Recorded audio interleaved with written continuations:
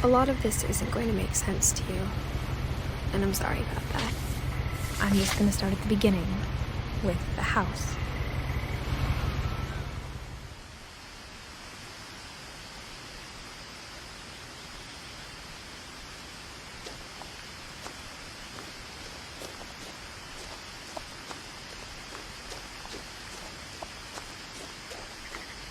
I lived here until I was 11, but I wasn't allowed inside half the rooms.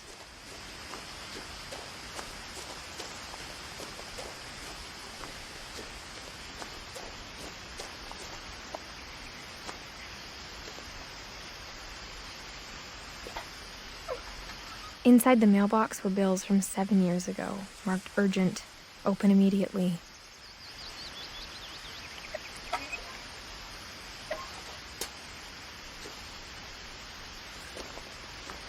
I hadn't been back since my brother Lewis's funeral.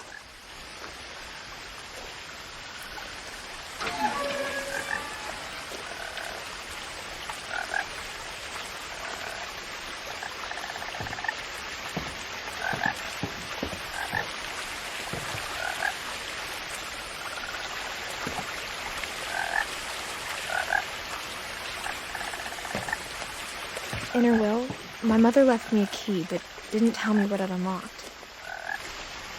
Maybe she thought I'd know, or she thought that the mystery would be enough to bring me back.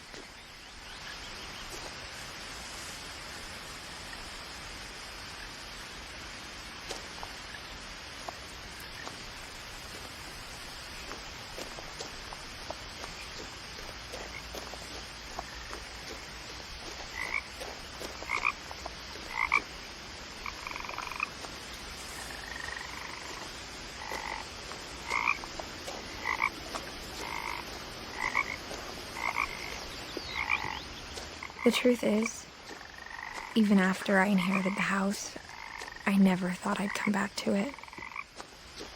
But now I had questions about my family that only the house knew the answers to.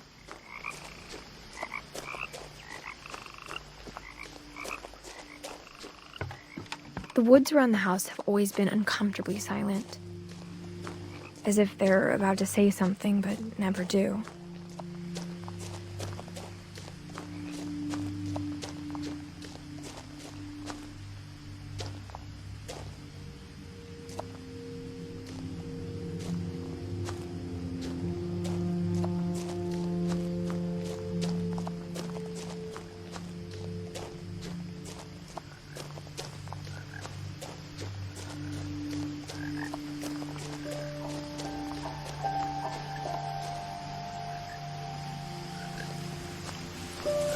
The house was exactly like I remembered it, the way I'd been dreaming about it.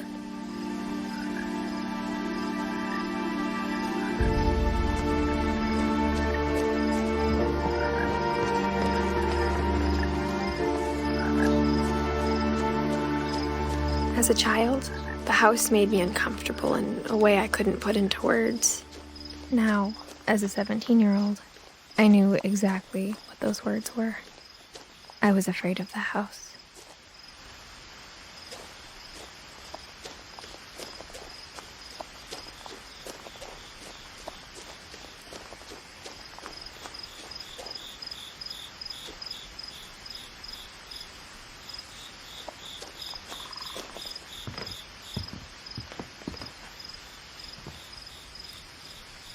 I hoped the key might unlock the front door.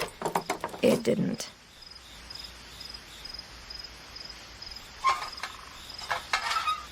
Looking in, I felt like the house itself had been waiting for me.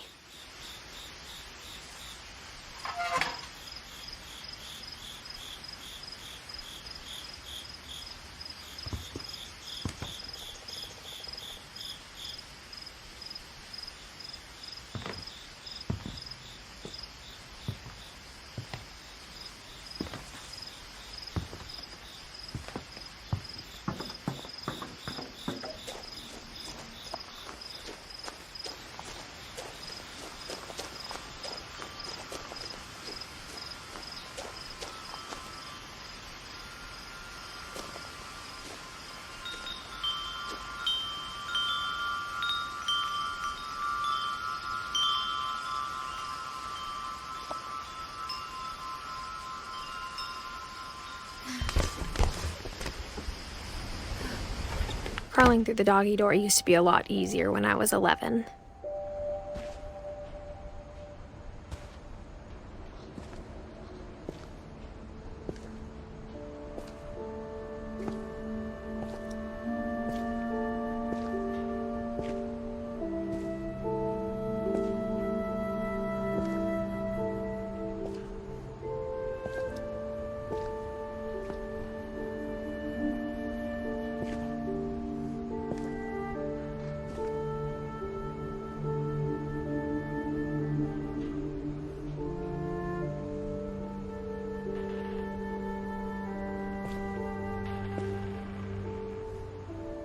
The power had been turned off the night we left.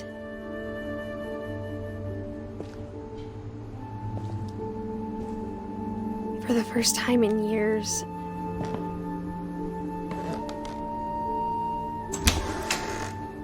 I felt like I was home.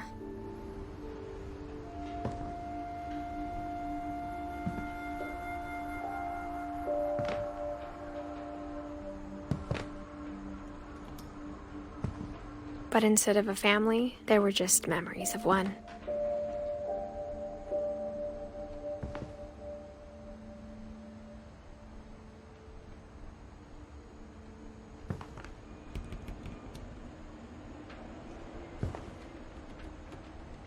Like how after Louis started working at the cannery, we all got sick of eating salmon. Except our cat, Molly.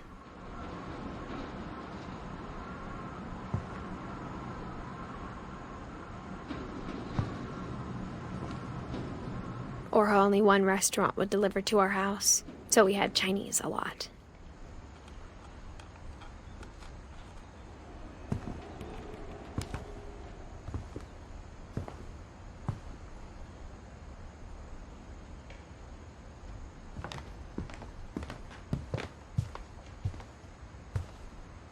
The table was still a wreck from the night we left.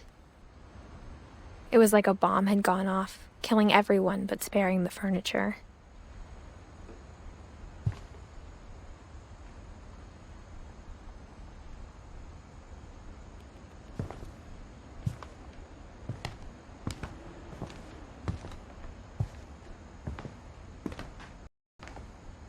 My mom was the only one of us who could imagine Great-Grandma Edie living in a nursing home.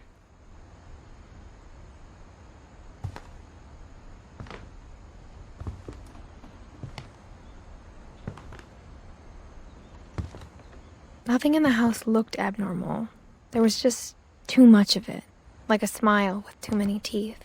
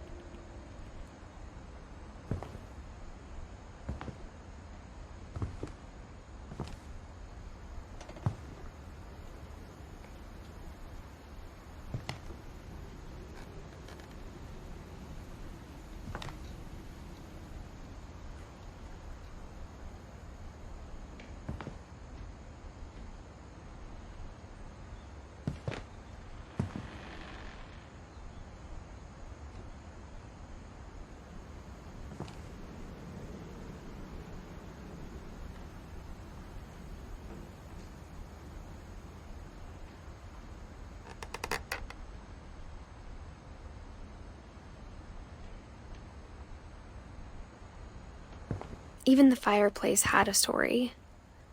Edie told me the bricks came from the original house, after it sank.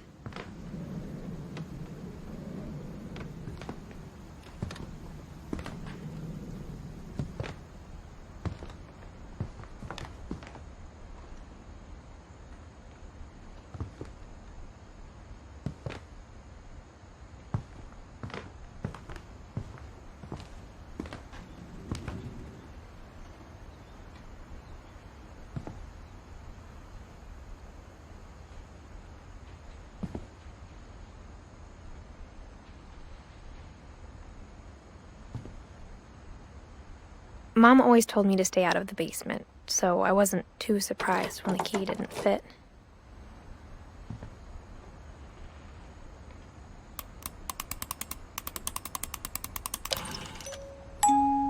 Great-Grandpa Sven built a music box for Barbara, along with the rest of the house.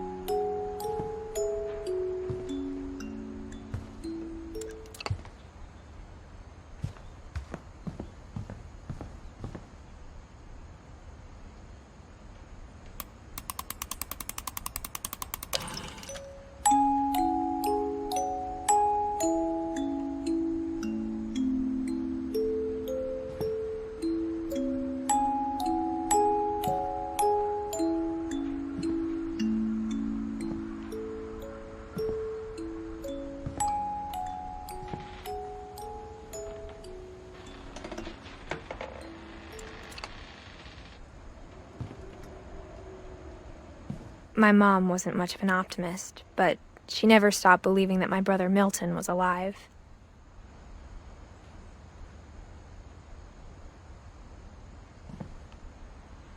A lot of things got left behind in the whirlwind of that last night.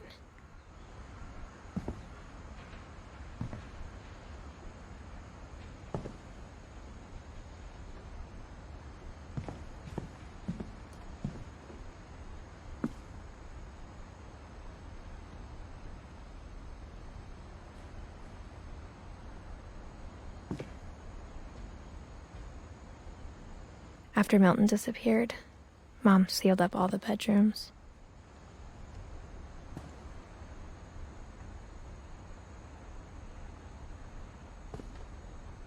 Then Edie retaliated and drilled peepholes.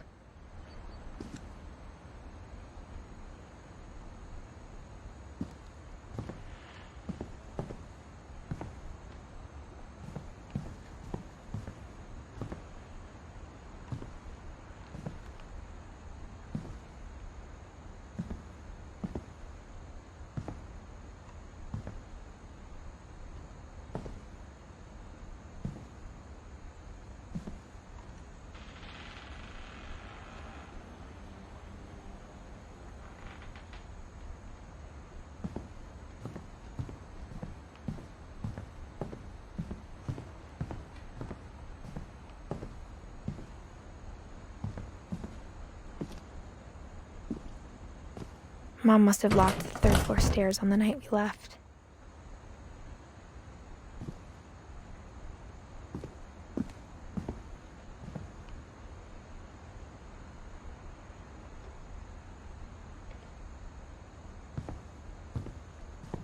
Whenever people ask me about my family, the first thing they always want to know about is Barbara.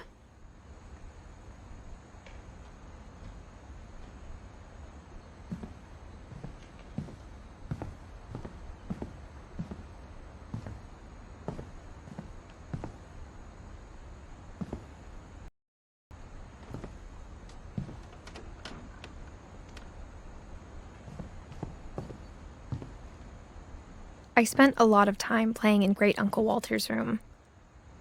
I think my mom sometimes regretted not sealing it up.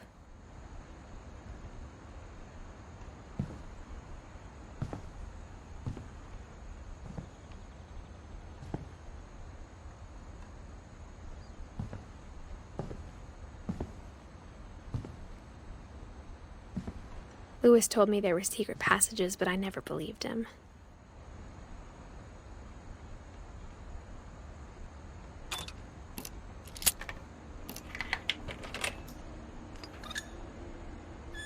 Turns out, my mom was really good at keeping secrets. Now it was time to find out what my mom had been afraid of.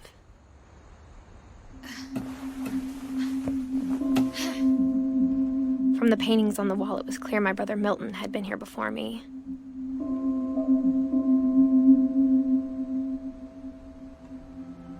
Reading this, maybe it sounds like I had a plan.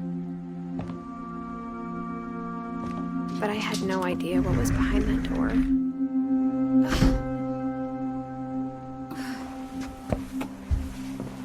Just like I had no idea where all this was gonna lead.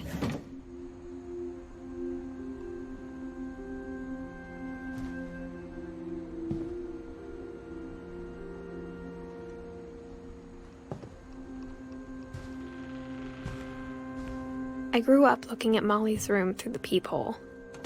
Molly's gerbil had a tiny bedroom with its own even tinier gerbil cage.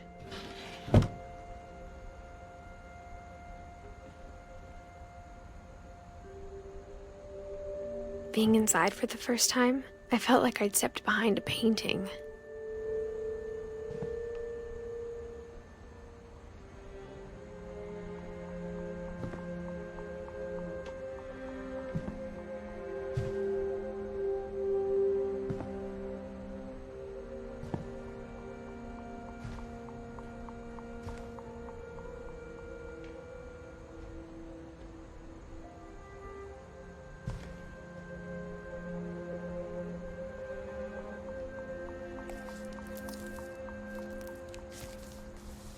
December 13th, 1947.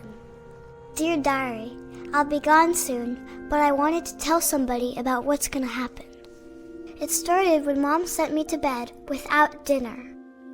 I woke up and I was starving, so I looked around for something to eat.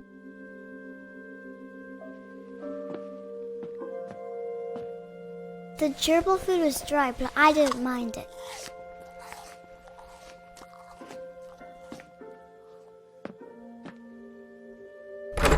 Mom, can I come out now? Sweetheart, it's late. Go to sleep.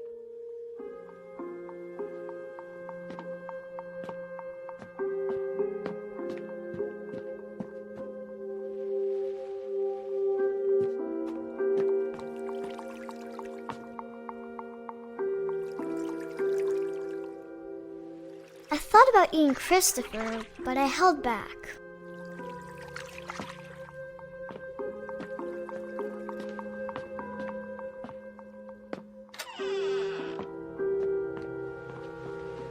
I kept eating and eating.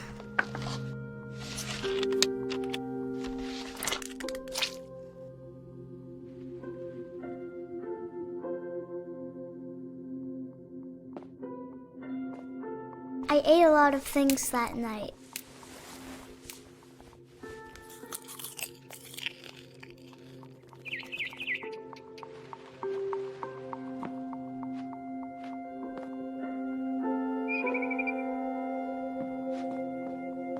Then I heard chirping outside my window. It was a barn swallow going back to her nest. I reached out for her.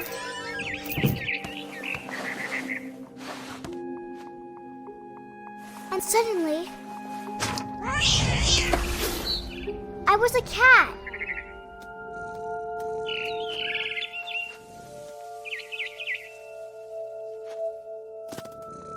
I tried to be quiet, but the bird was really scared.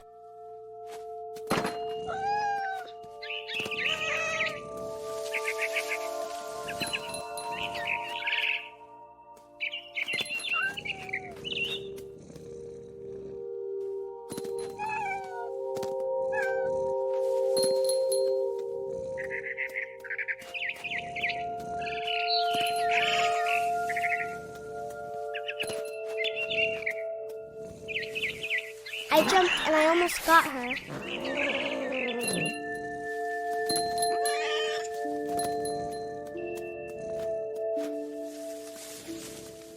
I could tell she was getting really tired. Now I was up in the big tree. I promised Dad I wouldn't climb it anymore. All I cared about was eating that mama bird.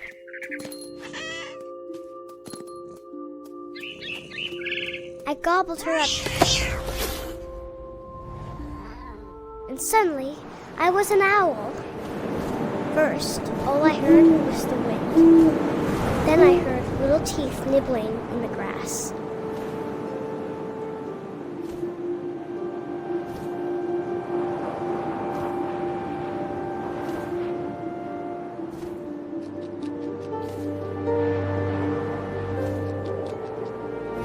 Rabbits.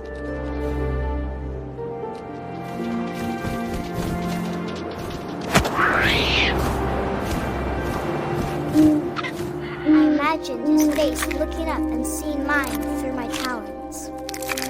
I swallowed him up, and I didn't chew one bit. Then I flew off to find something bigger.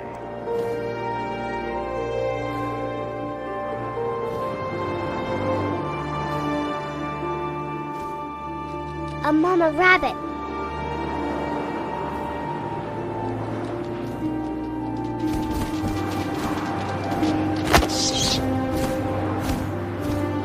She was almost too big to carry.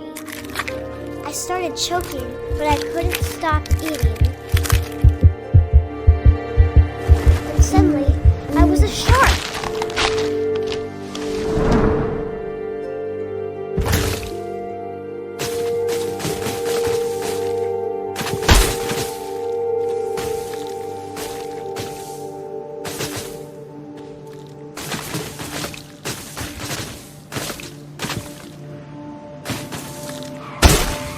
I rolled off the cliff and into the ocean.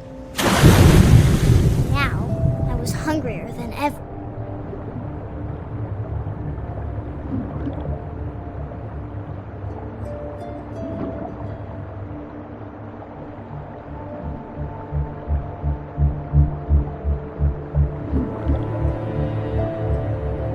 I wanted fat, juicy seals.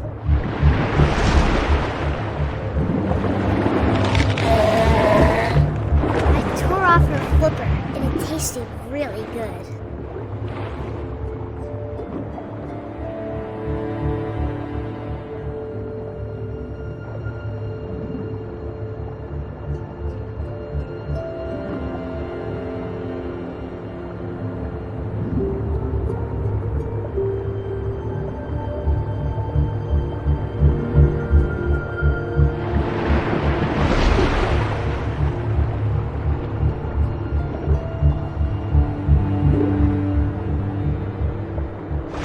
Grabbed on tight. But I was so hungry, I jumped out of the water. When I opened my eyes, everything had changed.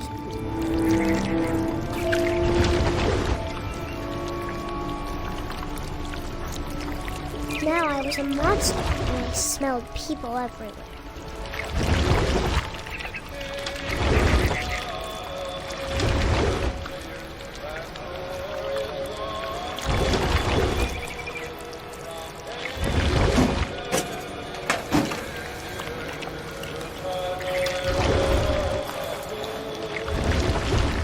I was big, and I moved real quiet.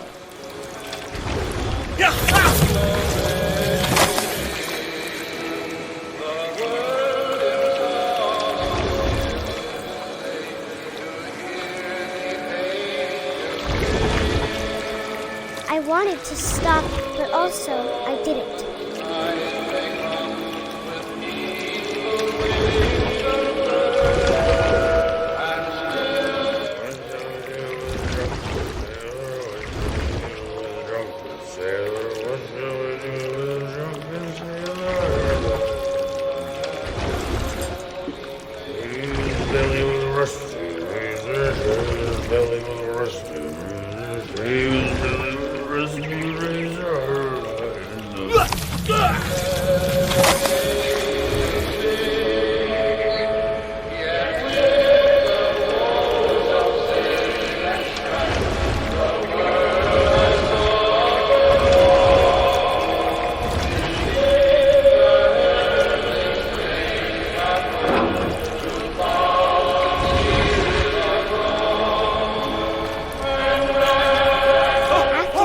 Passenger, I was still hungry, and across the water I smelled something new, something I had to have, so I swam towards it.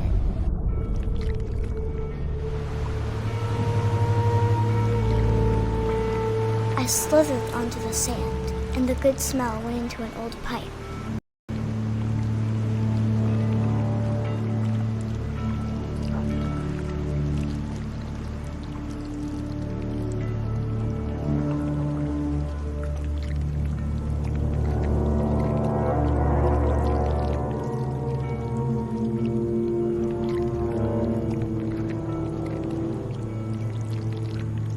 I got closer and closer.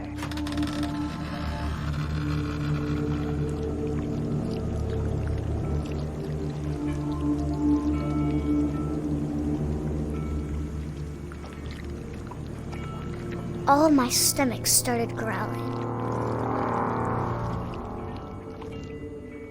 And suddenly, I was me again. I held my breath for a long time, but I couldn't hear anything. I think it's waiting for me to fall asleep. But it's not going to wait much longer. It needs to feed, and we both know I will be delicious.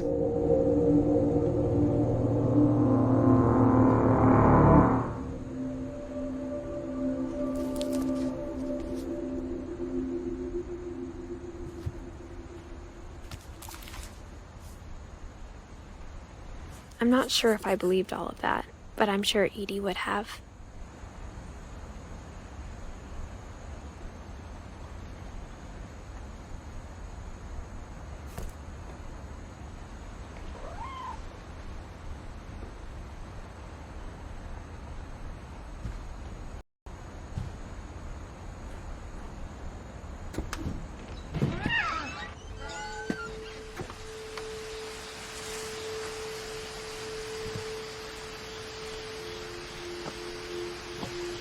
This will be obvious later, but my mom never told me any of these stories. Edie would have, but Mom didn't like bringing up the past. Though, when we adopted a stray kitten, she was the one who named it Molly.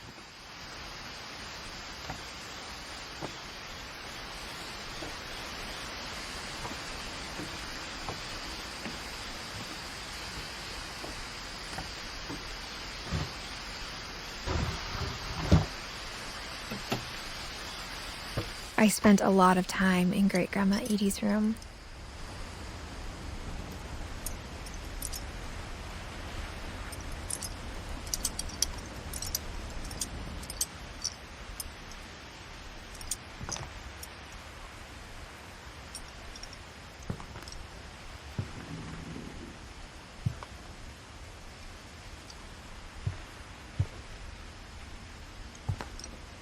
Edie gave a big interview about a mole man living under the Finch house.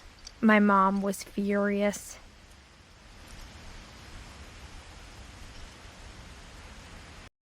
I hadn't thought of myself as Edith Jr. for a long, long time.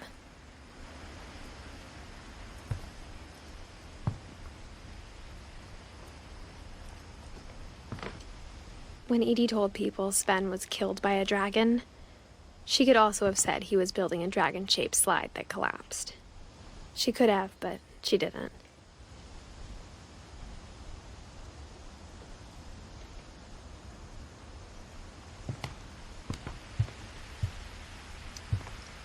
Edie knit me a new pair of gloves every year, just in time to replace the old ones.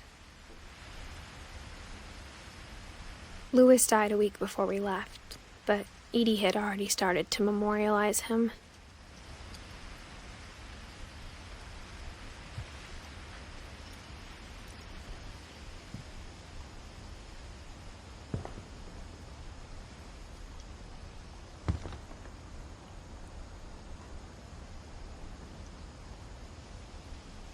Her room was like a museum.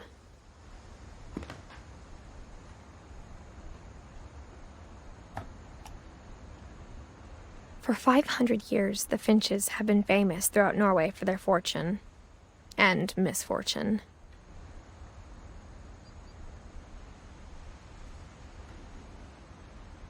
Odin Finch buries the latest victims of the family curse, his wife Ingeborg and their newborn son, Johan. On January 7th, 1937, he set sail with his family and his house, hoping to leave the curse behind. But 40-foot waves off the coast of Washington send the house and Odin to the bottom of the sea. Odin's daughter Edie, with husband Sven and baby Molly, step ashore on their new home, Orcas Island. Odin Finch is the first to be buried in the new family cemetery. His daughter Edie is already dreaming of a new Finch house.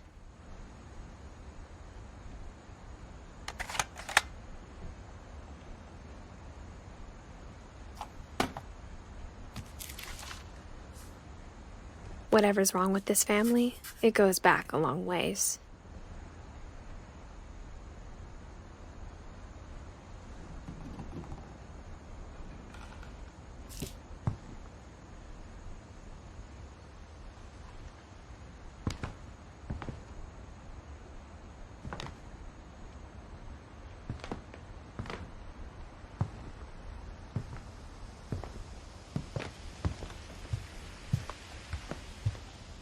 Even in her 90s, sometimes Edie seemed a lot younger than my mother.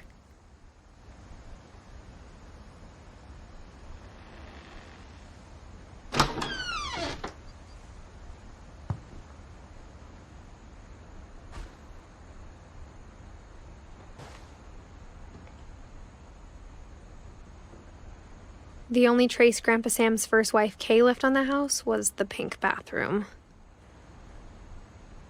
It was a pretty big trace.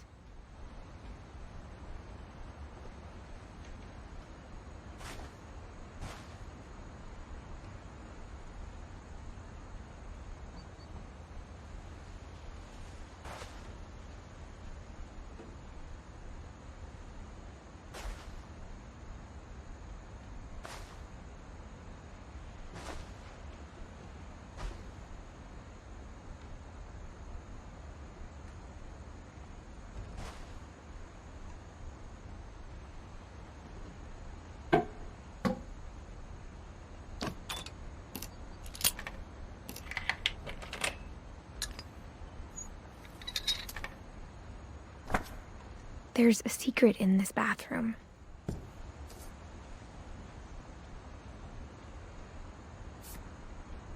It's in the last place you would look. It isn't in the cupboard. It's hidden in this book.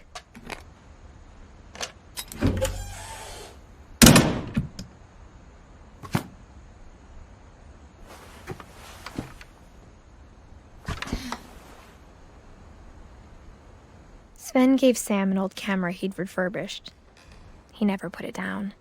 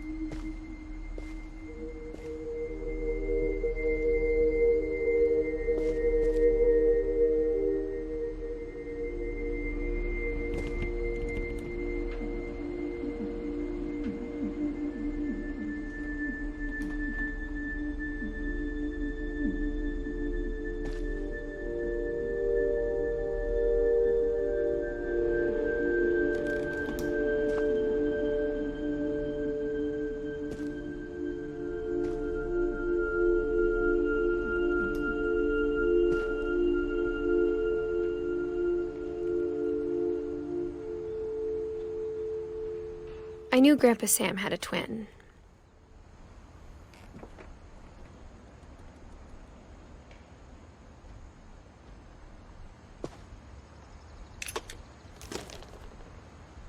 And that he never talked about him.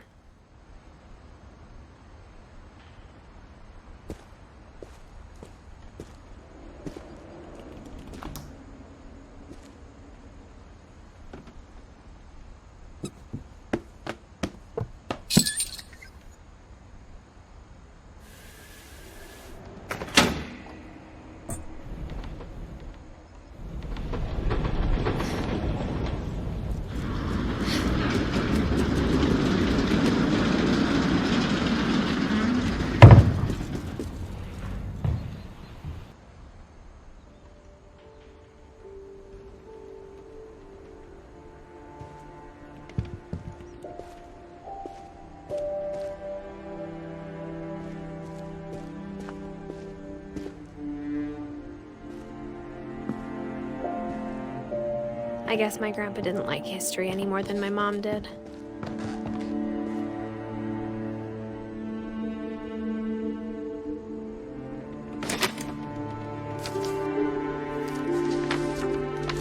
How I Want to Remember My Brother by Sam Finch.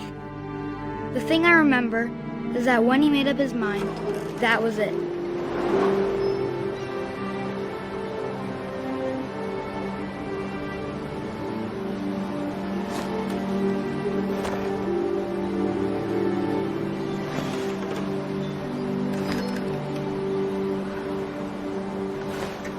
My brother said he'd die before he ate another mushroom. And he did. At Barbara's funeral, we swore we'd never be afraid again. And he wasn't. I think Calvin always wanted to fly. Sam! Calvin! Dinner's ready! Coming! But that day, he finally made up his mind to do it. I told him going around was impossible. Maybe if I hadn't said that. Calvin! I'm not gonna tell you again! Maybe if the wind hadn't picked up. Then maybe he'd still be here. But I doubt it. I think he'd already made up his mind. That's what I want to remember about my brother.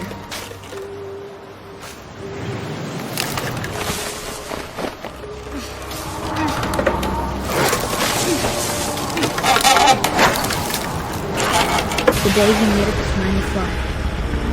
And he did.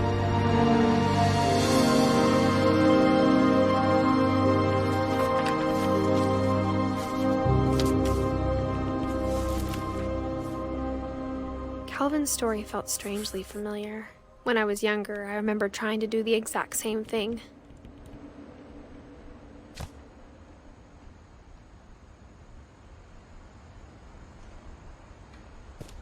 After the funeral, Edie roped off Calvin's half of the room.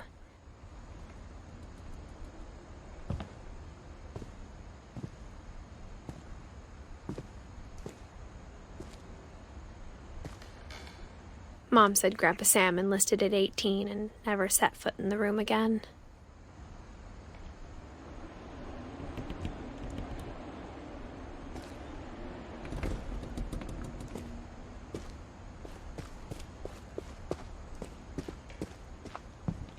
The passages were a pretty tight fit.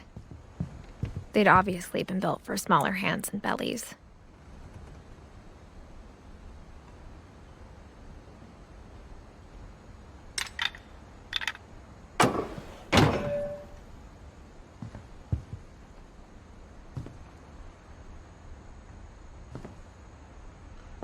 Edie's father, Odin, built the original house.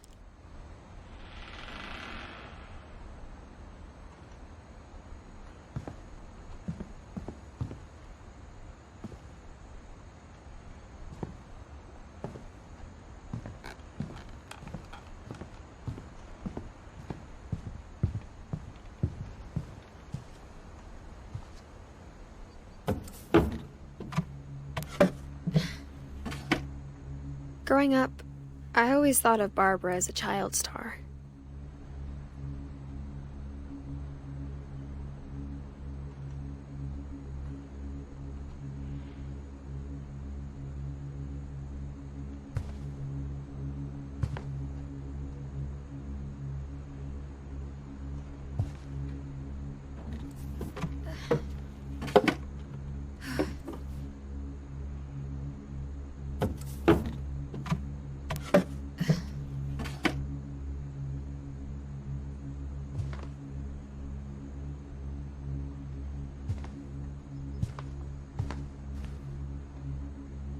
I never thought about how hard it must have been for her afterwards.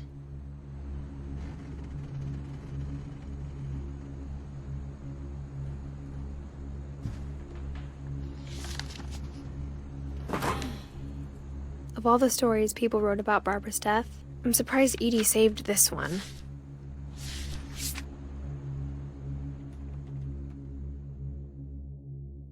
Old Jack here with another ghastly tale inspired by America's most unfortunate family. I'm calling it The Surprise Ending of Barbara Finch. As a child star, Barbara was famous for her scream. Now at 16, she was all washed up. A has-been.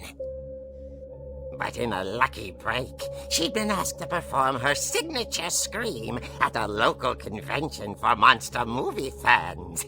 It was just the boost her career needed. Unfortunately, her scream hadn't aged well. Getting better. I think you just need the right motivation. Her biggest fan and current boyfriend, Rick, was about to demonstrate when... Now that was a great scream. It was Barbara's father, Sven. He'd slipped into a table saw and had to be rushed to the emergency room. So Barbara got stuck babysitting her youngest brother, Walter. Her convention comeback was cancelled. Okay, I'm hearing frustration, but I'm not hearing terror. What if I tried... A gang of hoodlums in Halloween masks have been terrorizing Orcas Island tonight. Police are urging residents to... That came from the basement. You're right! Also, I loved your delivery on that. Why is your basement door locked? Because my dad likes making puzzles and secret passages. There's a key hidden in the music box. The secret is to keep winding and winding until finally the key pops out. Thanks, babe. I'll be back in a sec. 20 minutes later, Rick hadn't returned. So Barbara went to look for him, right on cue. She reached for the music box. And as she wound the key, she listened for Rick, but the house was silent.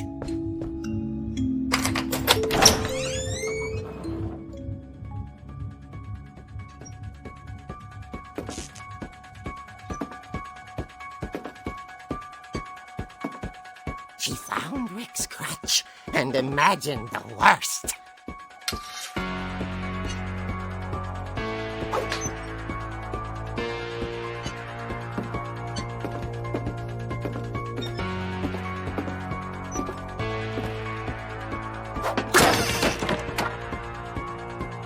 The gang's leader is the infamous Hookman killer, Dr. Carl Hamill, who impaled and then ate his family 10 years ago tonight.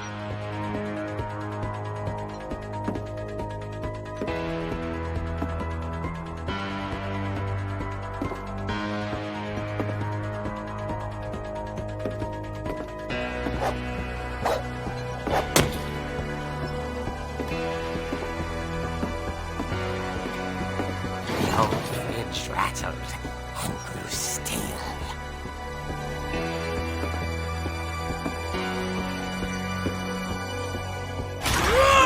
Oh dear!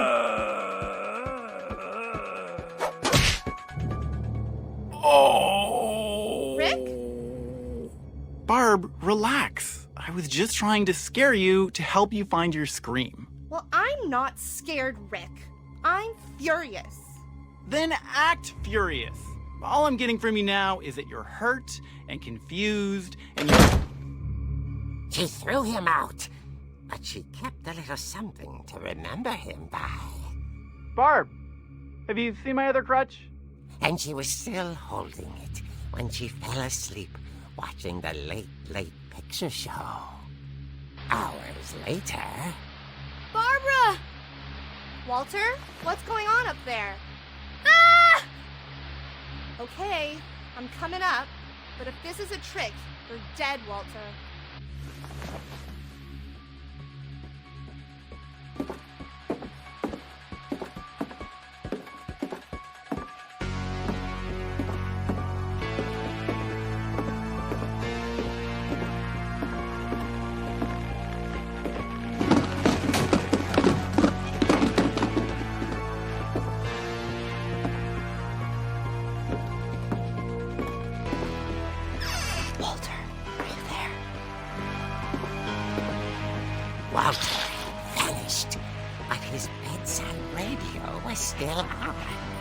Orcas Island police describe the man as 6 feet tall, with a steel hook for a hand. Residents are urged to lock all doors and windows and notify the police of any suspicious activity. Barbara turned, saw the hook man, and was speechless. He was quite smashing. And Johnny was. He couldn't get enough of Barbara. Okay, Barbara, there's gotta be another way out of here. That night, she played her part beautifully.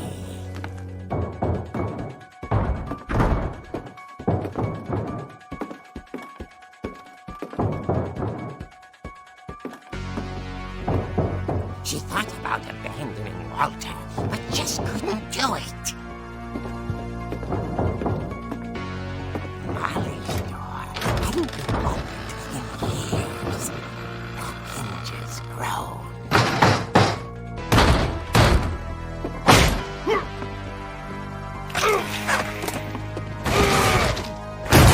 He wasn't moving, but she sensed the story might not be over yet.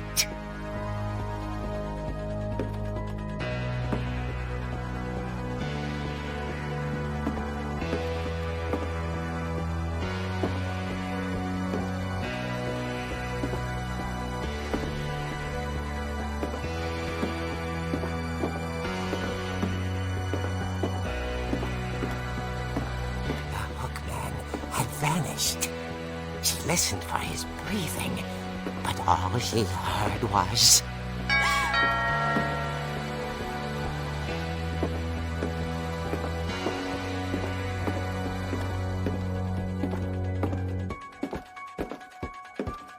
Someone at the door was dying to speak to young Barbara. At the door, she heard whispering. Was coming from inside the house.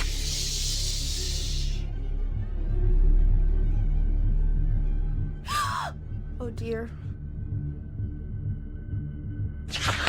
Surprise! Bravo, Barbara! You were wonderful. The monsters had come to surprise her. For Barbara, it was a dream come true. Then she saw what kind of monsters they were, and she realized what was about to happen. She was going to be famous.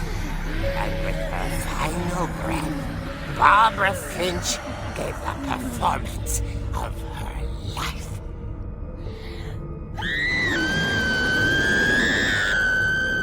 I wasn't there myself, but I hear Barbara was magnificent. Poor girl. She had a taste for stardom. But unfortunately, so did her fans. Of course, the police blamed it all on poor Rick, who disappeared the same night. And little Walter, hiding under his bed the whole time. He took it all pretty hard, but that's another story. As for Barbara, tucked inside the music box is all they ever found of her. Her ear. Now that's what I call a real eerie tale.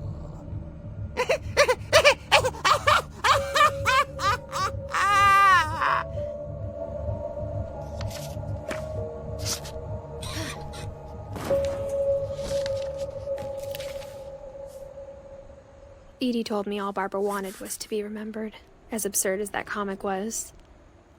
Maybe what Edie saw was a happy ending.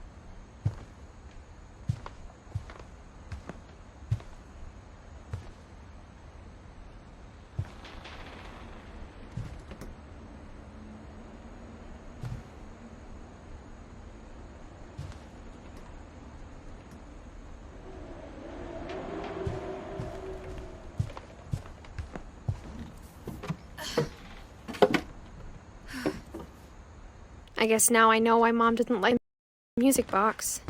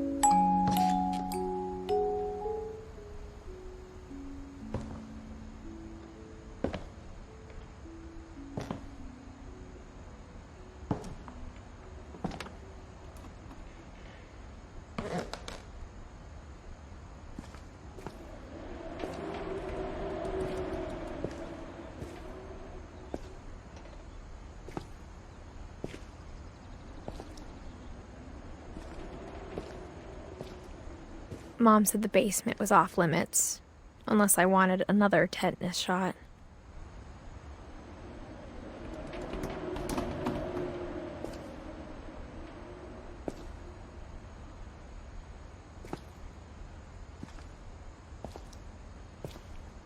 I saw Edie sneak down to the basement once. Packages.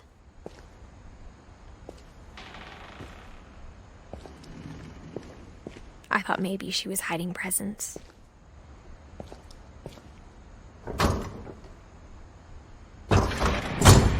It turned out she was hiding a lot more than that.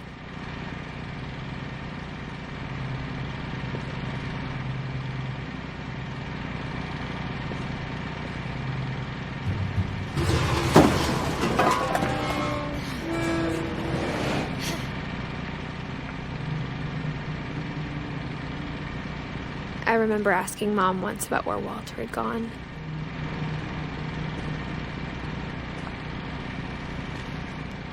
She said after Barbara died, he got as far away as he could.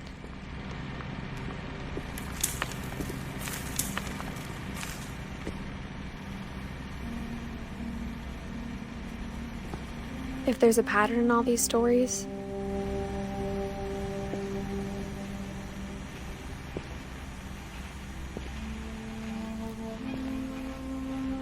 I think it's that none of us has gotten very far.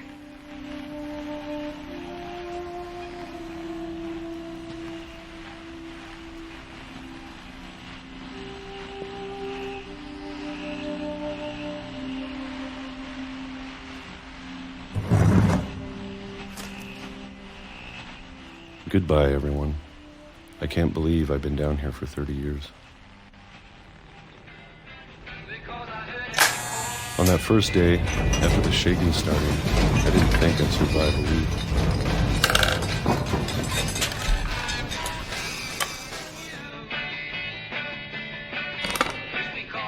But after a few days, I settled into a routine. That's what kept me sane.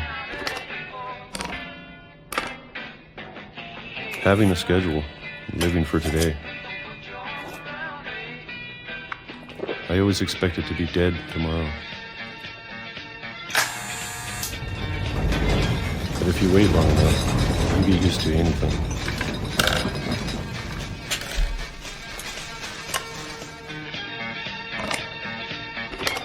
Even a monster on the other side of the door starts to feel normal. Almost friendly.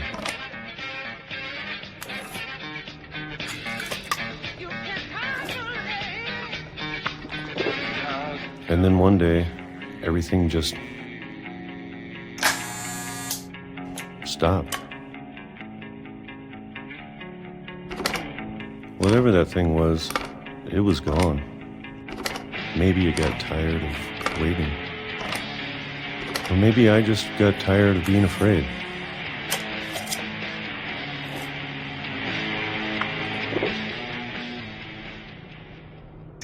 It's been a week now. The longest in 30 years. I'm done waiting. I have to leave. while I still can.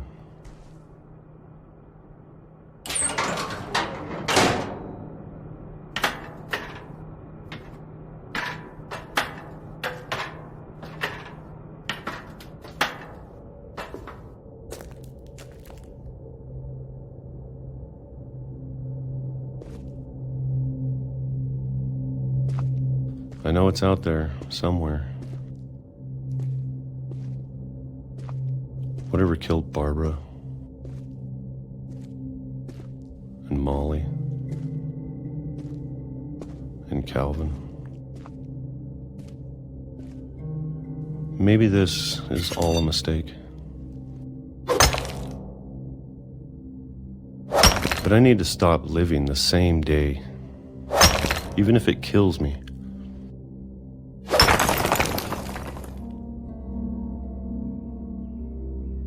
Whatever's out there, I want you to know I'm ready for it. I'm going to appreciate all of it, especially the food. I don't mind if I only have a year left, or a month, or a single week. I'd be happy with one new day. I can already imagine the sun on my face.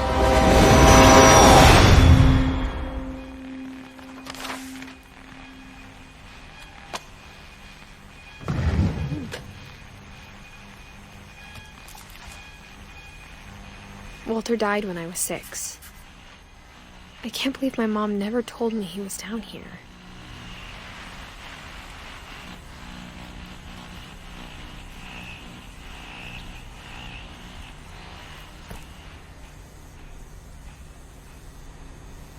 I'm sure my mom was trying to protect me.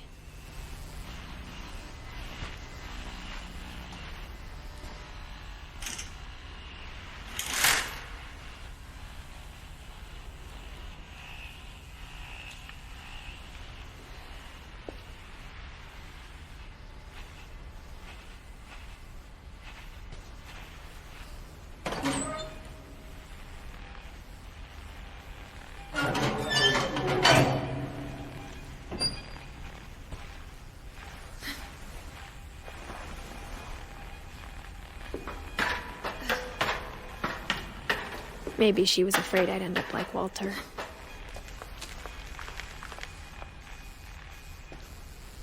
But if she never told me about an uncle under the house,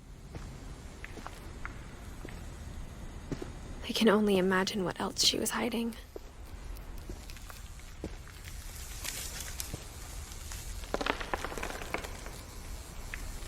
I don't want to make the same mistakes she made.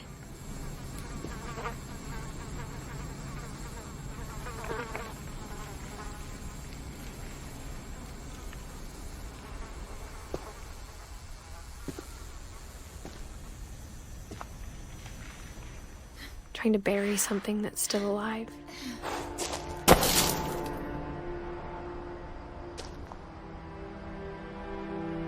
Now that there's only one of us left, or maybe 2,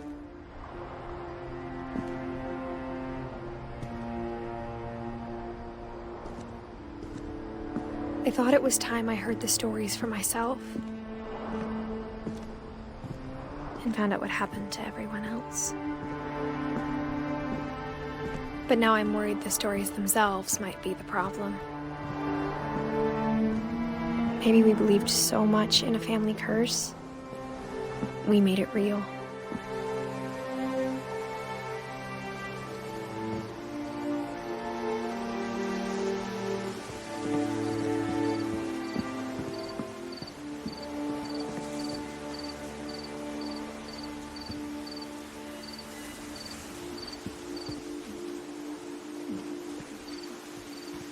I don't know if I should even be writing this.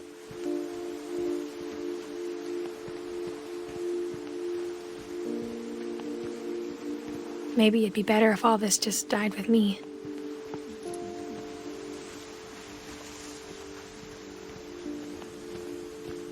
But I thought you should know about your family.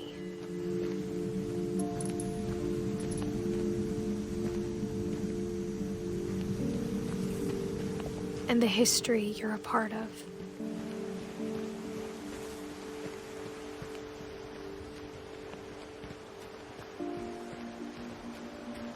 Though to be honest, I feel as lost as you probably do right now. I think the people in these stories believed them, for what that's worth.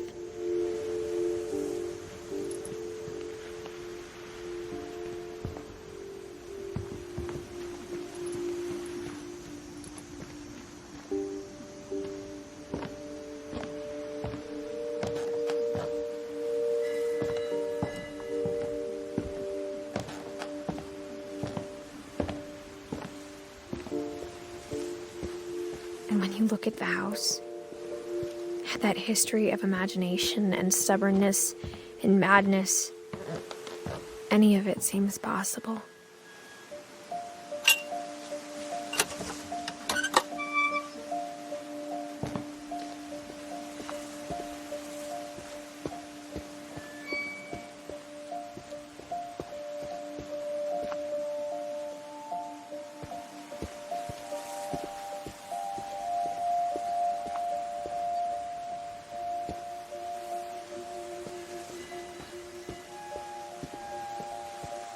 I think we've been surrounded by death for so long, we've just gotten used to it. What kind of family finishes building a cemetery before starting the house?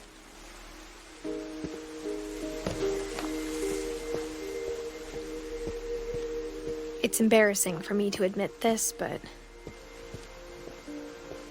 the pet cemetery made me more uncomfortable than the human one. 3 of the gerbils were mine, and 2 had been my fault.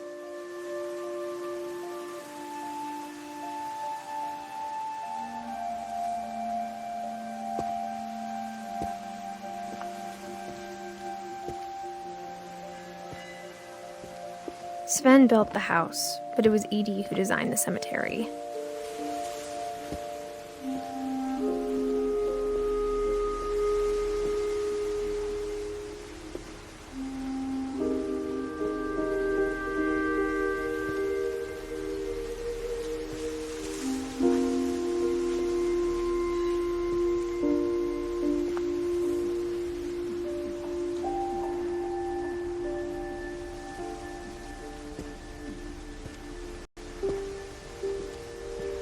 I'm sure Odin's monument had been Edie's idea. My mom was always trying to move on, but for Edie, the past never went away.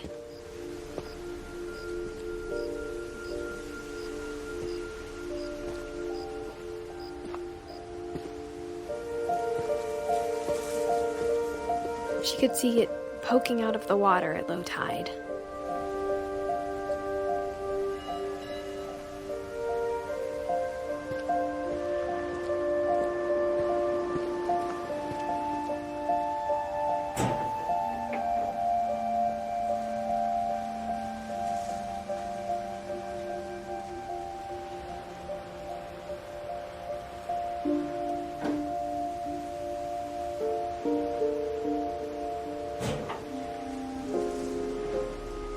Edie said she dreamed about the old house every night.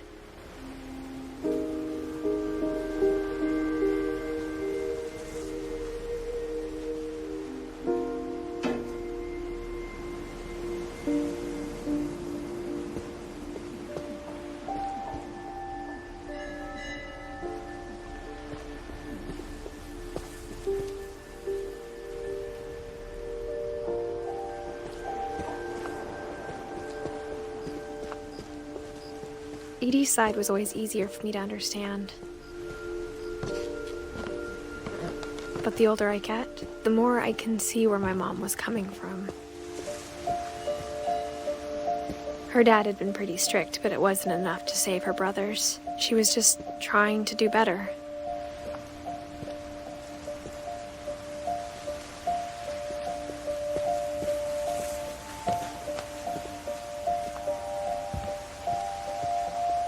She lost 2 of her brothers, just like I did.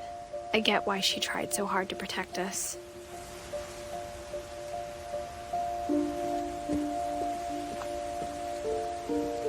There's so many wish I could ask my mom now. Part of me thinks this is what she wanted all along.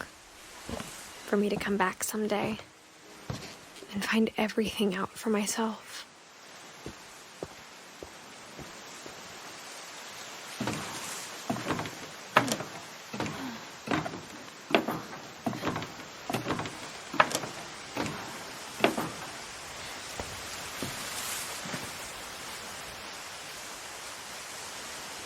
But looking back on it now,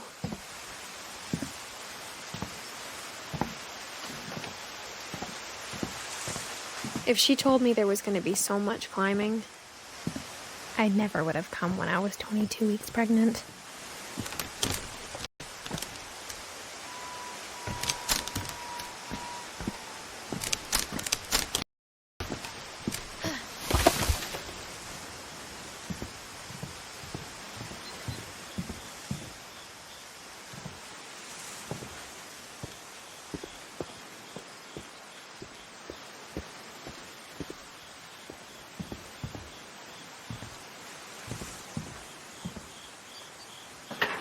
I never met Grandpa Sam, but I think he and my mom had a lot in common.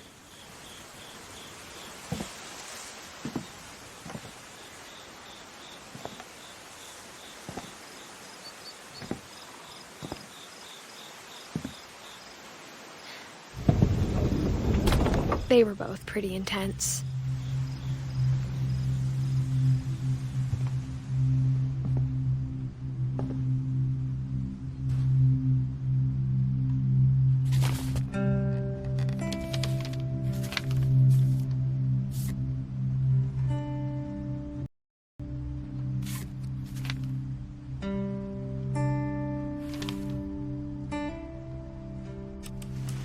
Dawn, I promise, you'll never forget this weekend. Yes, sir. These memories are gonna last a lifetime. Am I gonna have to shoot anything? It's a hunting trip, Dawn. Shooting is strongly encouraged. Shouldn't we be leaving? Just want to get a shot of you, Dawn, then we can take off. Not quite.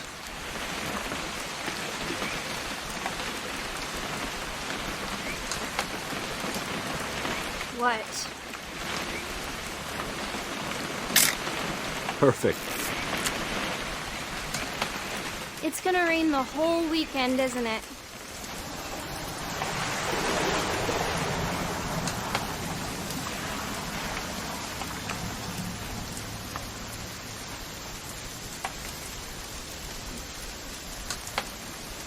Please just take the damn picture. Hey, language.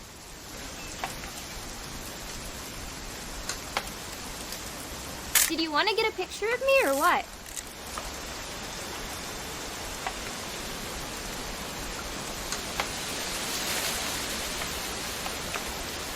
I will never forget this weekend, Dad. That's the spirit. Okay, got it. I'm gonna take some pictures, okay? Just be careful. That camera's older than you are.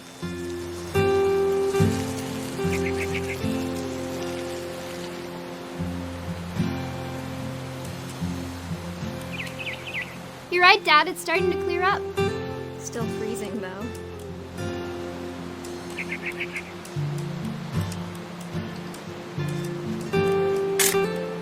Aw.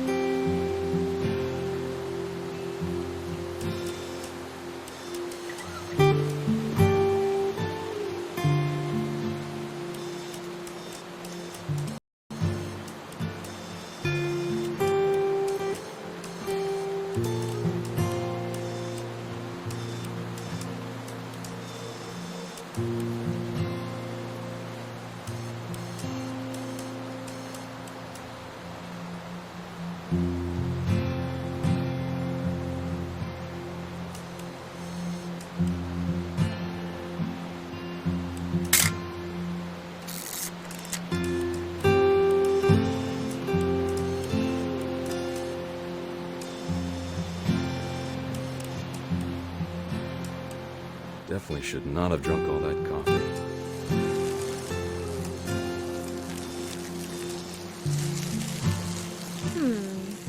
Hold still while I take a picture of you. Hey!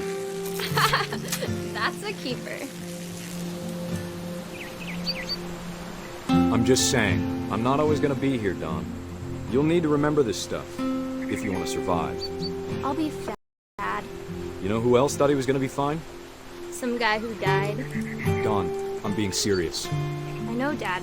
You're always serious. Doesn't being out here make you want to chill out? Well, to tell you the truth, I haven't been out here in 20 years.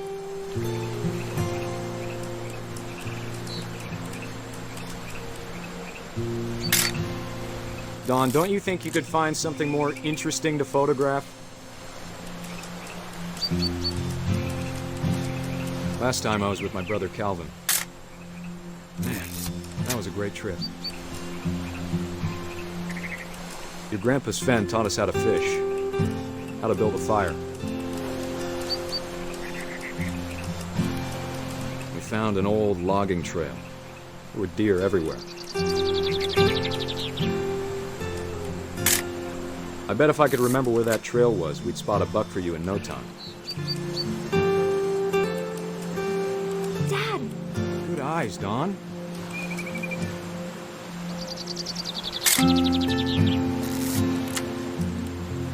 Before you take the shot, let me get a picture of you.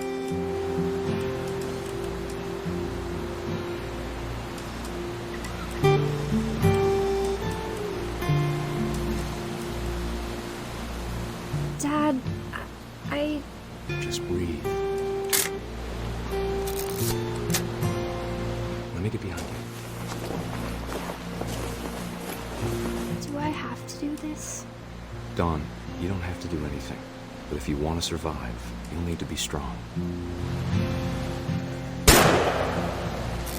Great shot, Don!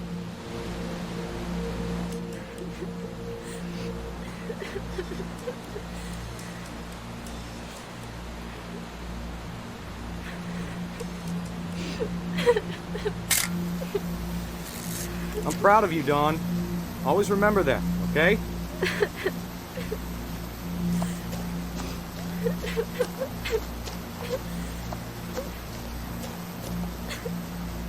Sorry, Don. Just gotta reset the timer.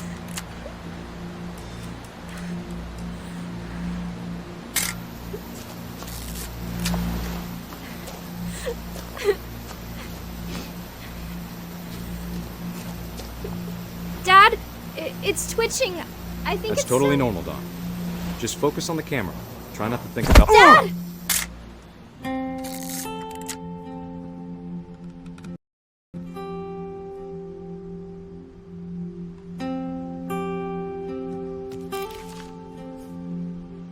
Of all these stories, that's the one I wish most that my mom had told me.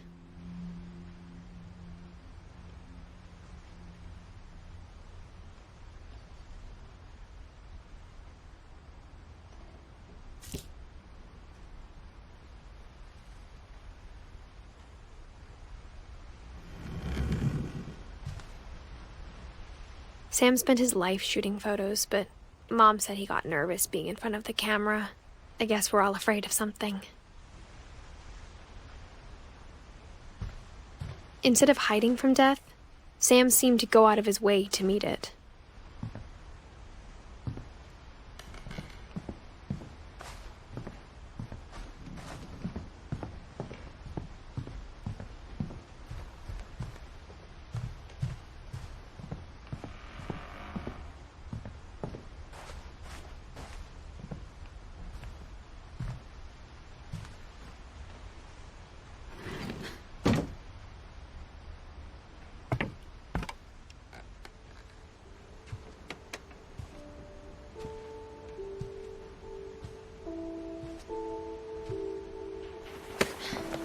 After Sam died, my mom and Edie got really close. They'd both lost a lot.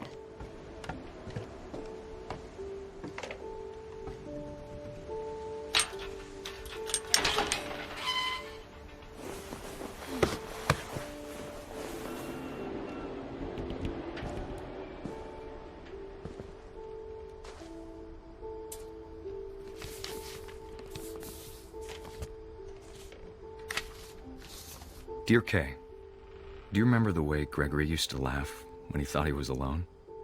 Like something funny was happening, but only he could see it. I think he saw things the rest of us don't.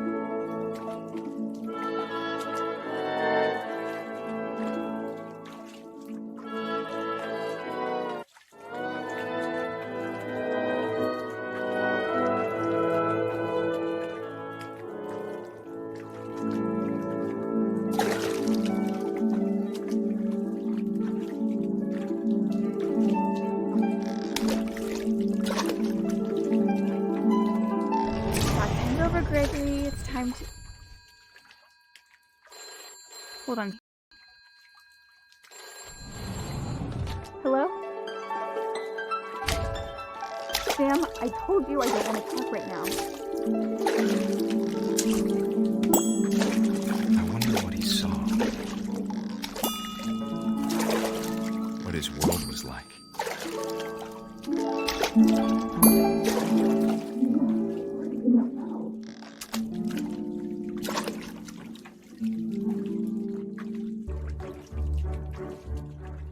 He reminded me so much of Calvin. Lost in his imagination.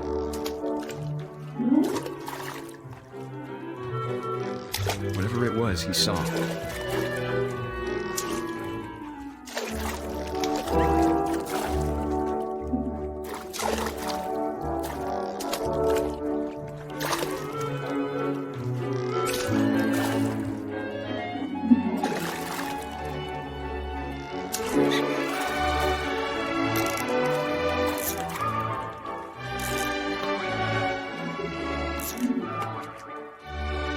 It sure made him happy.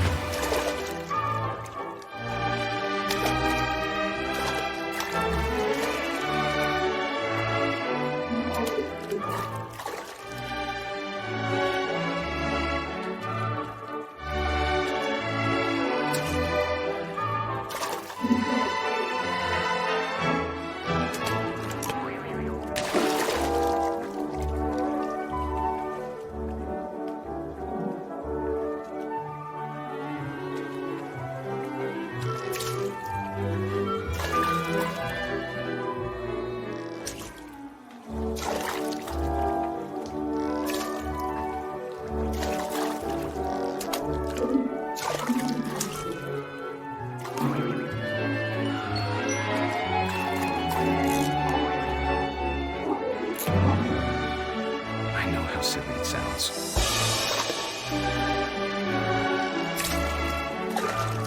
But I worried about a baby being too happy. But I could feel him slipping away.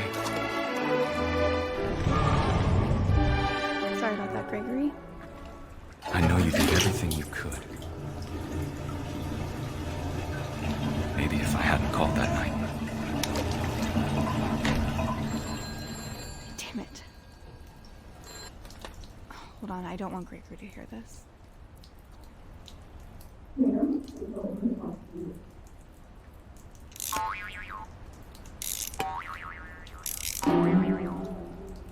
I wish he could have told us about the world he saw.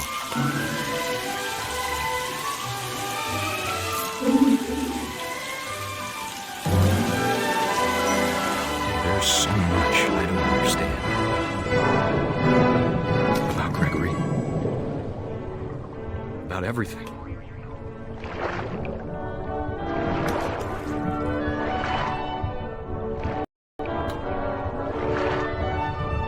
But I know what happened wasn't your fault.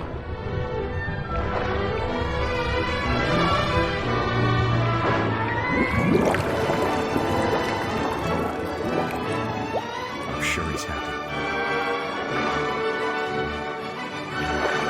And he'd want you to be happy too. Good luck, Kay. Love, Sam.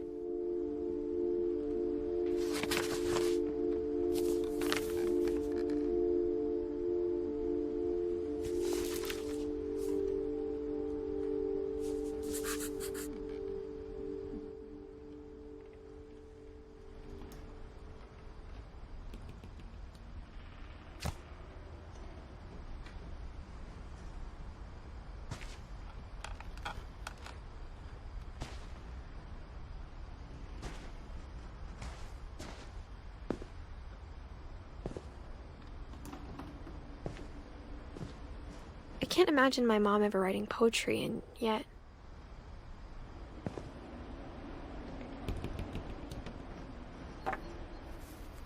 A poem for Gus, who always said the wedding was a bad idea. Our father never hit us kids, at least not very hard, before the day my brother said with teenage disregard that he'd be dead before he'd see a wedding in our yard.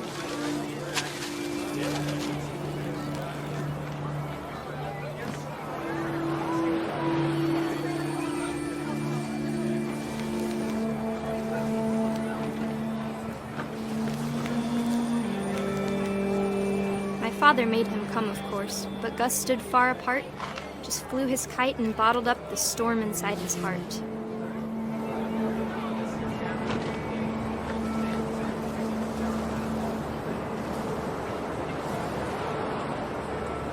I tried to talk him out of it, but though he'd never met her, "You don't need a stepmom," were the words that I now remember. pronounce you husband and wife. You may kiss the bride.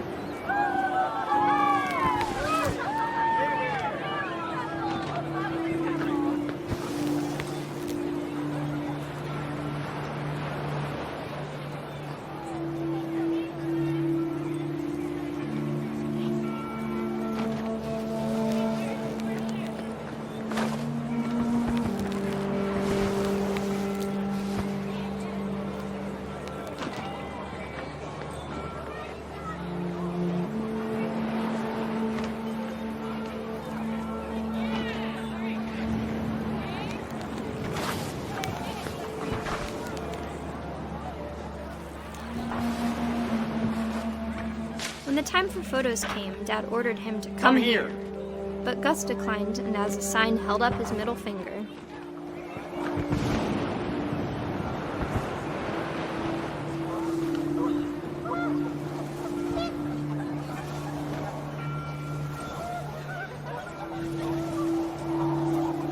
The wind picked up and panicked geese appeared and quickly went. But all the humans did that day was go inside the tent.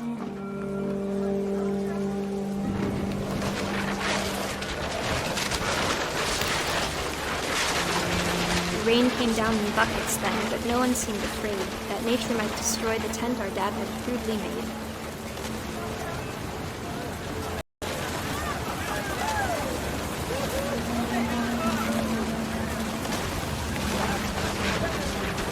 The thunder sounded much too close and full of angry power, but all my father said to this was, "Make the music louder."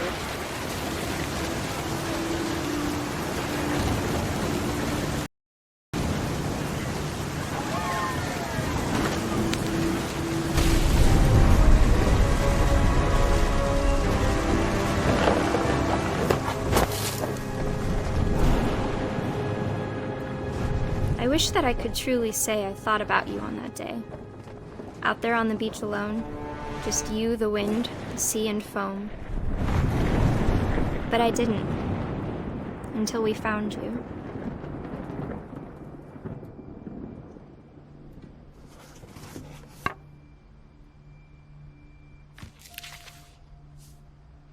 She never talked about him, but Mom told me once if I was a boy, they were going to name me Gus.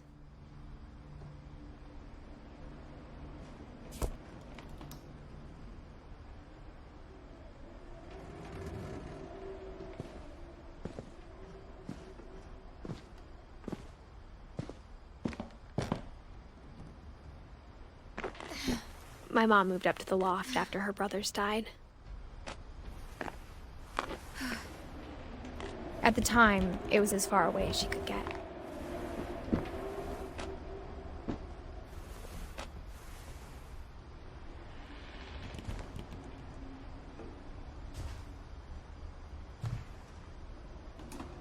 Religion was another thing my mom never talked about, but I think it helped her a lot after her dad died.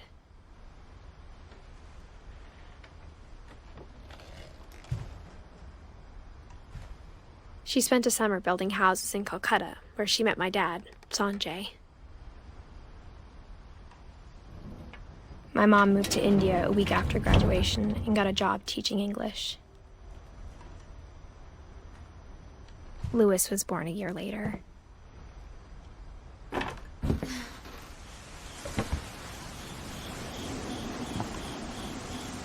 When my dad died, I don't think Mom knew where else to go. I'm sure Edie was happy to have her back.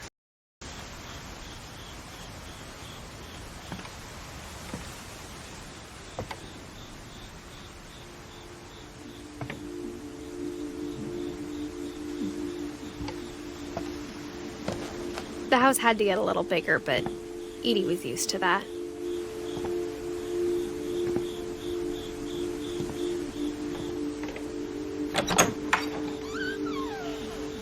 And for a while, things were good.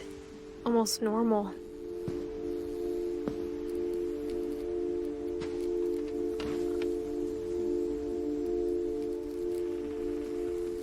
But it didn't last.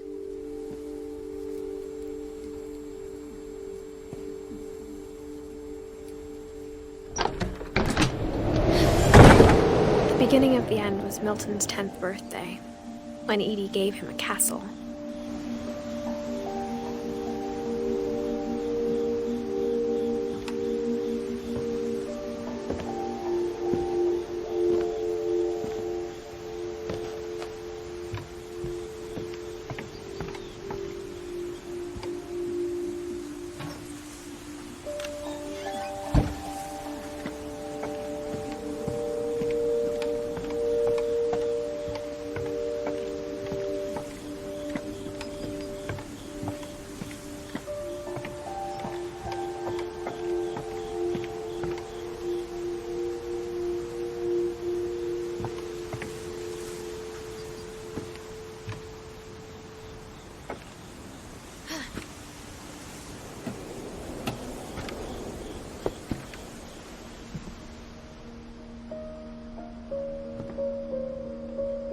I think Edie was happy to finally have another painter in the family.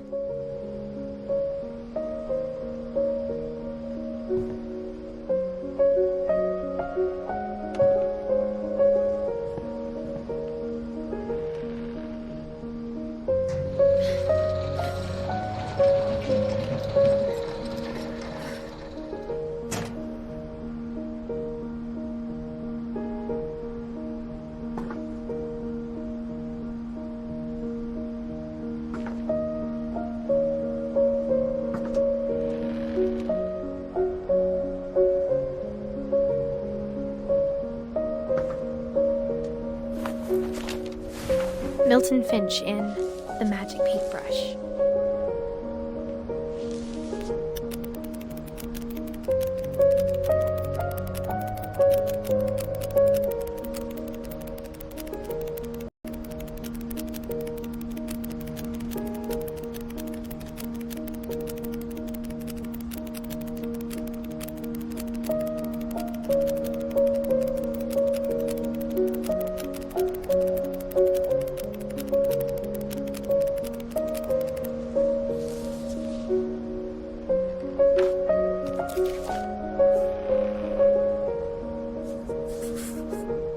I was 4 when Milton disappeared.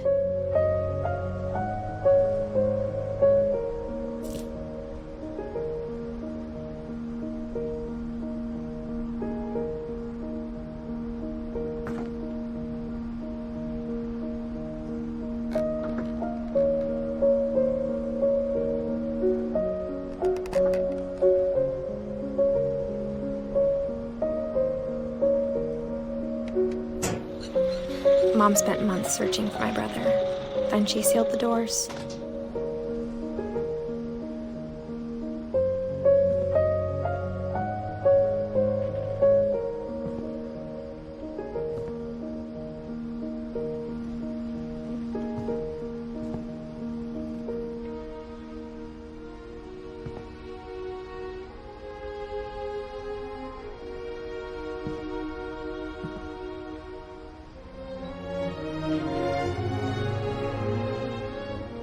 Whatever Milton had found in the house, Mom didn't want it getting out.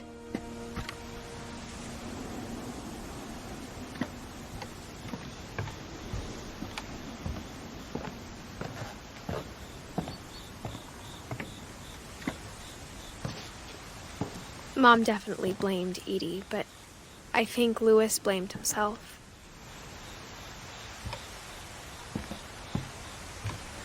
After he graduated, he just spent more and more time in his room, until Mom got him a job at the cannery.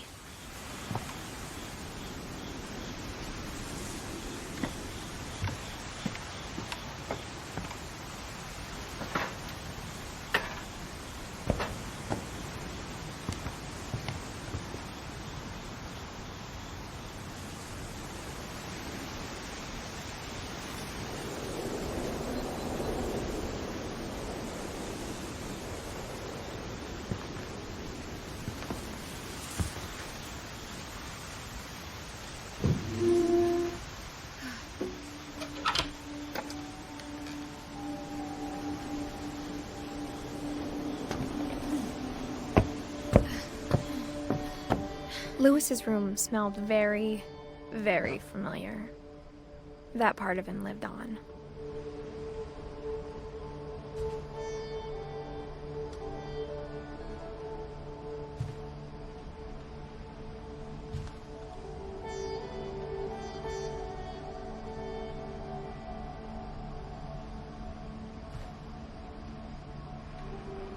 Lewis and I spent a lot of time playing games together, but he was surprisingly bad at them.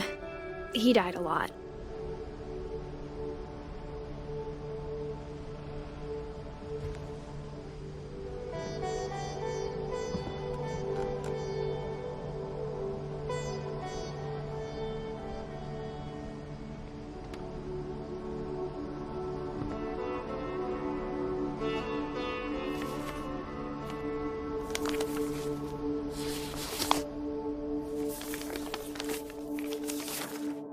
Dear Mrs. Finch, as Lewis's psychiatrist, I can understand your desire for an explanation.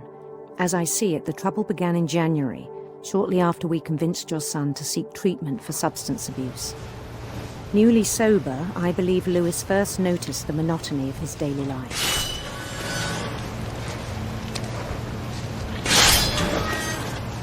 He kept working at the cannery, but he withdrew part of himself. In our sessions, I saw the same behavior.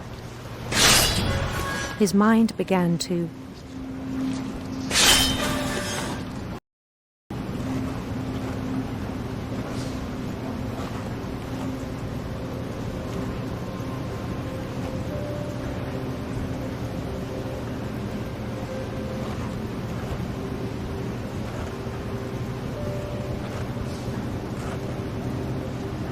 wander.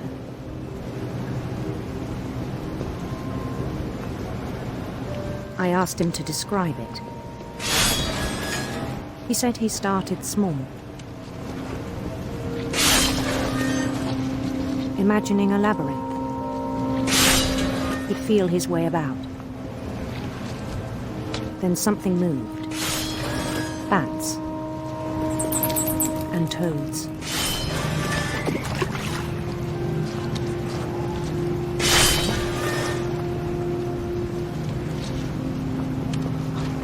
And things that have not names. He knew it was all in his head.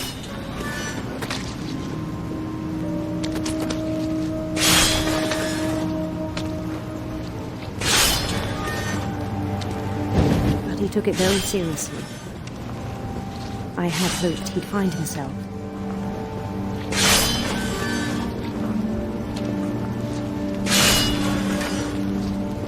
But he found something more.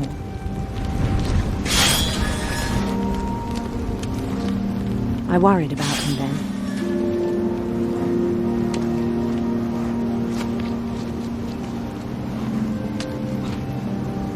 Daydreaming at the cannery, I spoke with his boss. But he said Lewis had become a model employee. Methodical, tireless, focused. Like a whole new Lewis. So I let him go on.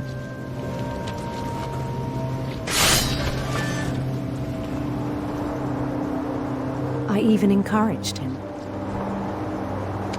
It seemed very promising at first. He told me he'd made a new friend.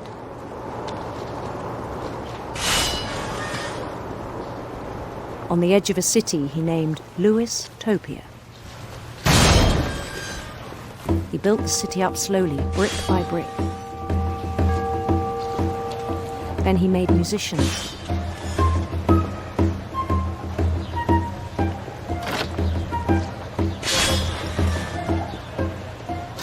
And songs for them to play.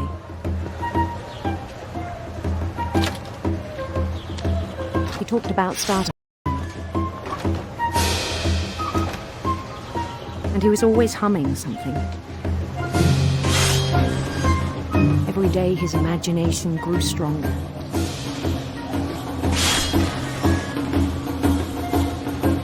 He no longer spoke at the cannery. But his chopping was as reliable as ever. Then one day it struck him that all the cheering crowds, even the stones under his feet, were all in his imagination, so he could do whatever he wished.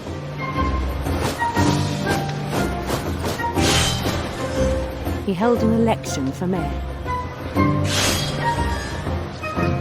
And he won.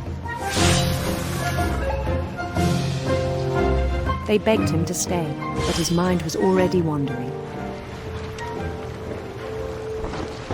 It became a game for him.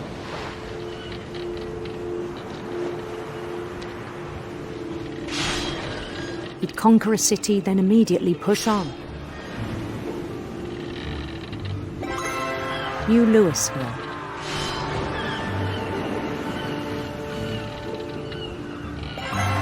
St. Louis. He started drifting away from our reality.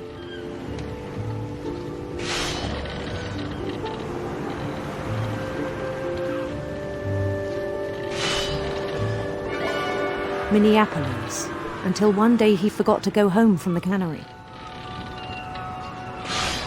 Even as his mother pleaded with him, part of Louis kept sailing on.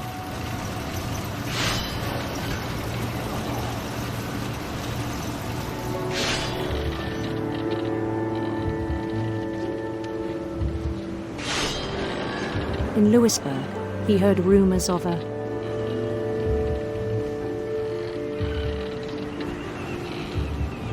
handsome queen.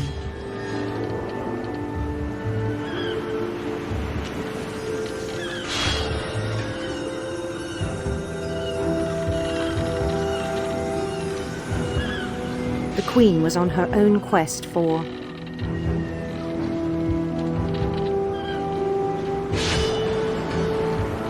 radiant rainbows.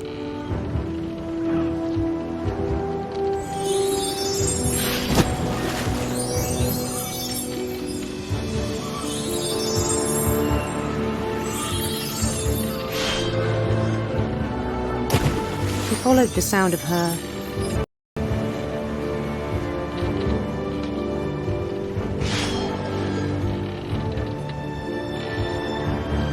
silver harp.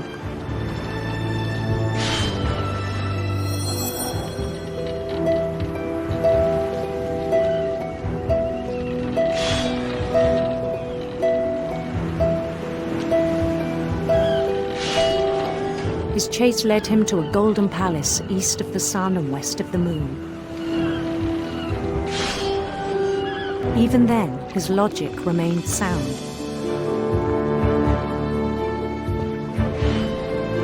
He knew the world was all in his imagination.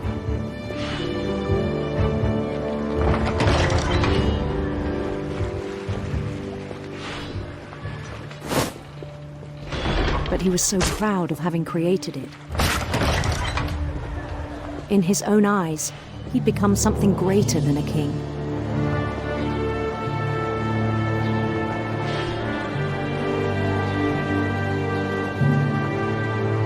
For someone who'd never known success in the real world, I think it was overwhelming.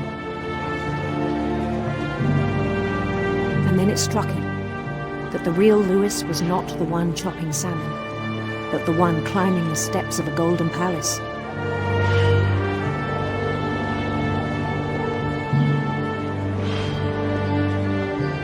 My imagination is as real as my body, he told me. It was hard to argue with him.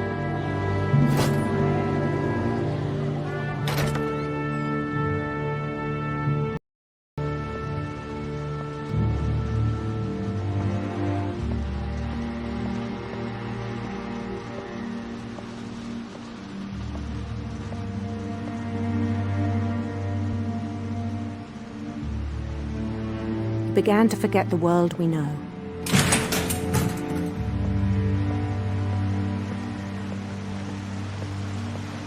I think it pained him to remember Lewis, the cannery worker.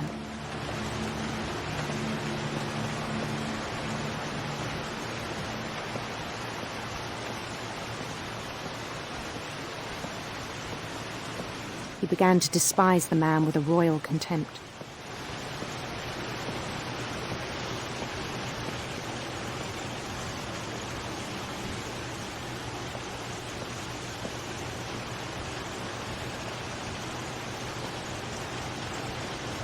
I still thought I could save him. Even after he said he was being crowned king over all the lands of wonder.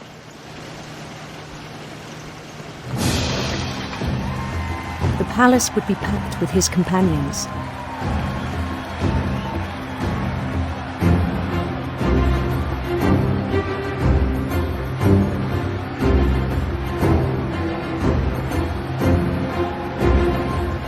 Including the wise Calico who'd insisted on advising him.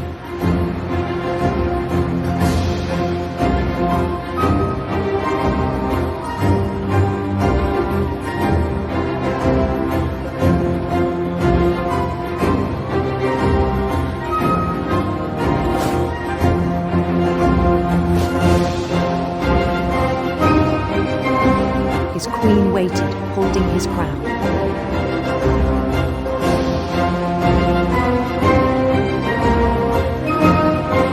There was only one thing left to do.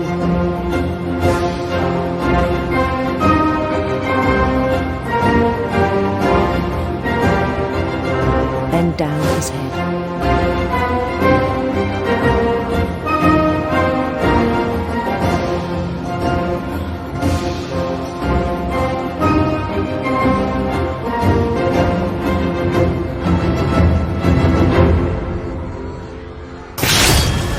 Rest, I think you know. Mrs. Finch, your son was a kind man who will be missed by all of us who knew him.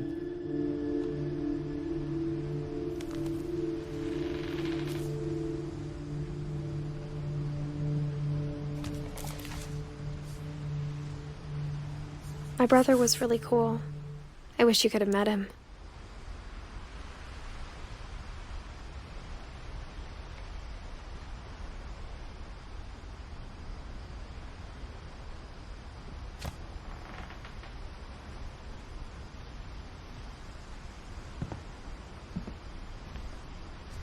He was so proud of being Indian. I think for him, it was a way to be something other than just a Finch.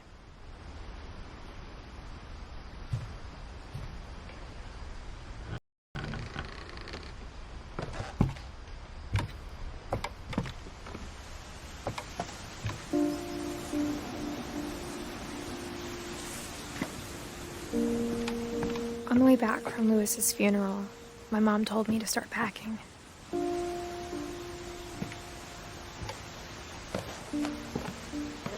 She waited until the day before we left to tell Edie.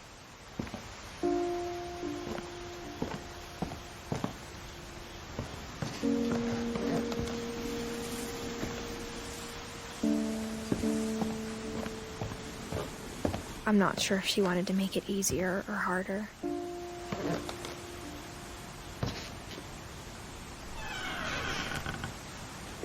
I wish we'd stayed.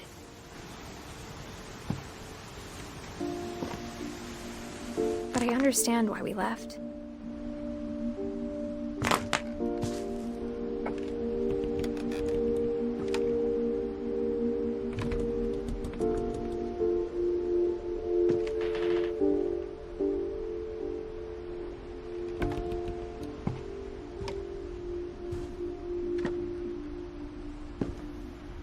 My mom ended up leaving everything behind.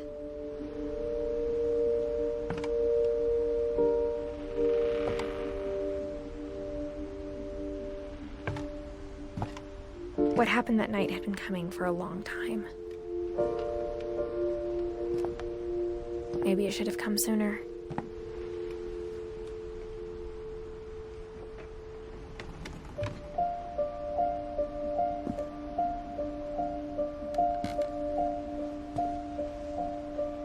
But it had to end one way or another. All that's left now is to tell you about that last night.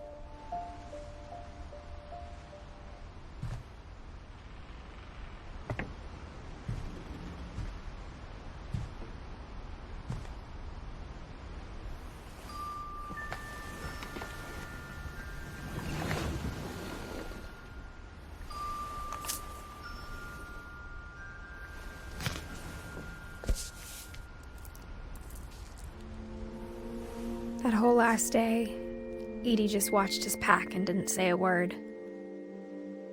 Until supper, when she raised her glass and said, "To our final night together, and all our final nights apart." Grandma, you know what I said about alcohol. Some of your medications are very Edith, specific. I left a present for you in the hallway. Why don't you go open it? The grown-ups have to argue now. I'm sorry, you're right. We're all leaving tomorrow. Let's just enjoy our last... I'm not leaving. Edith, you're excused.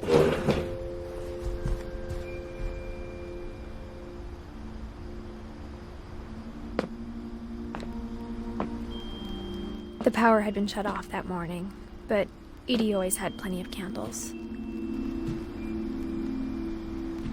When my mom sealed the library, I don't think she knew about the other entrance. Or that Edie had a key to it.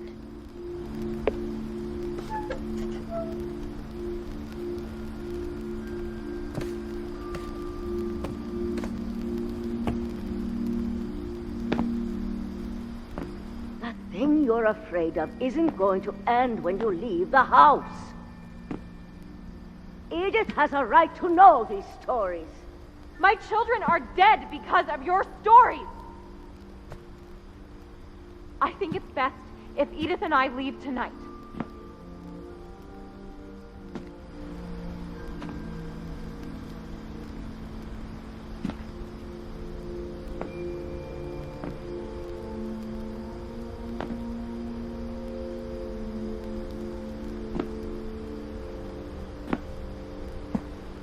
We'll have the nursing home send a van for you in the morning, okay?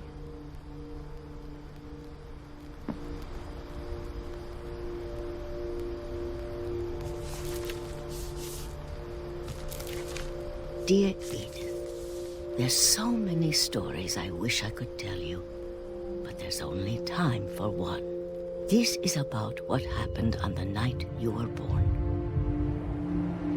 That night, the tide went way, way out.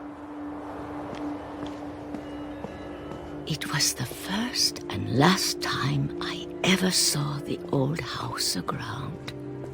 There'd been an earthquake out in the middle of the ocean. They called it the lowest tide in 1,000 years. God, it smelled awful. You know, I've seen that house every day of my life.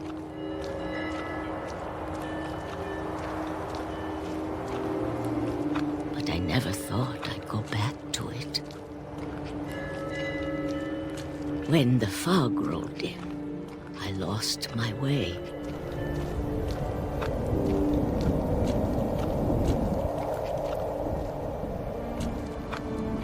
I got turned around.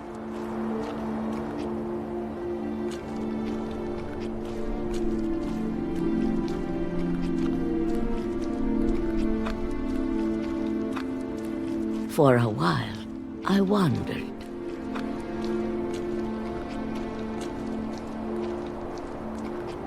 I started seeing things.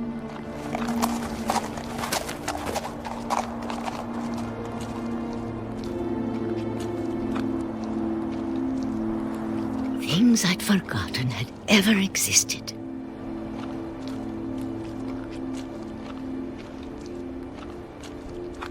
But when I saw them, they felt like old friends. That night, a lot of things came back to me.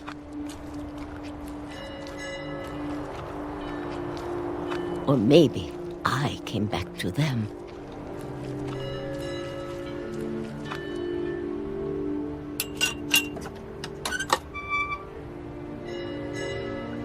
Things I can't explain, but that I need you to try and... Edith, what are you doing in here? It's mine. Edith! Mom, you're gonna rip it! Let go! I kicked and screamed, but Mom dragged me to the car.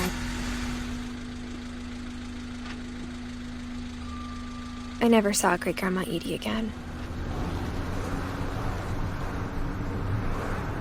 The next morning, the van came to pick her up, but she was already gone.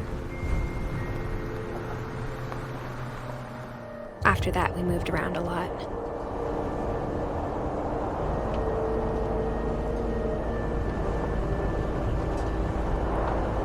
We both tried to make the best of it.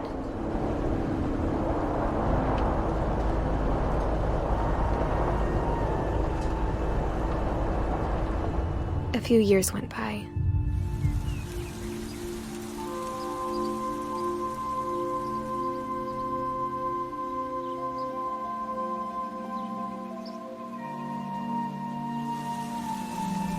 My mom didn't like to talk about it, but she started getting sick a lot. The rest happened pretty quickly.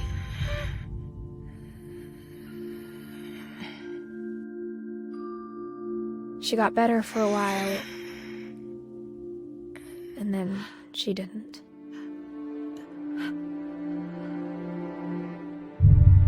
And then I was alone.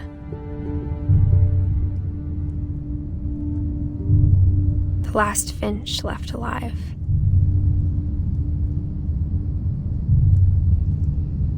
Until I found out about you.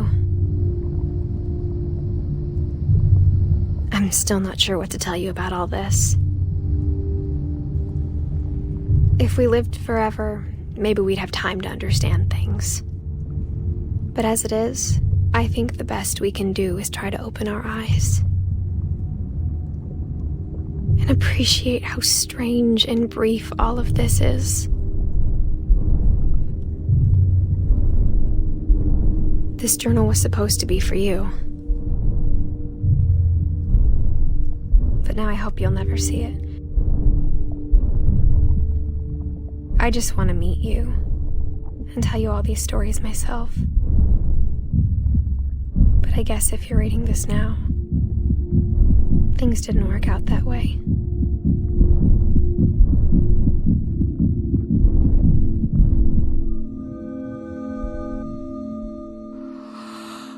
This is where your story begins. I'm sorry I won't be there to see it. It's a lot to ask, but I don't want you to be sad that I'm gone. I want you to be amazed that any of us ever had a chance to be here at all. Good luck.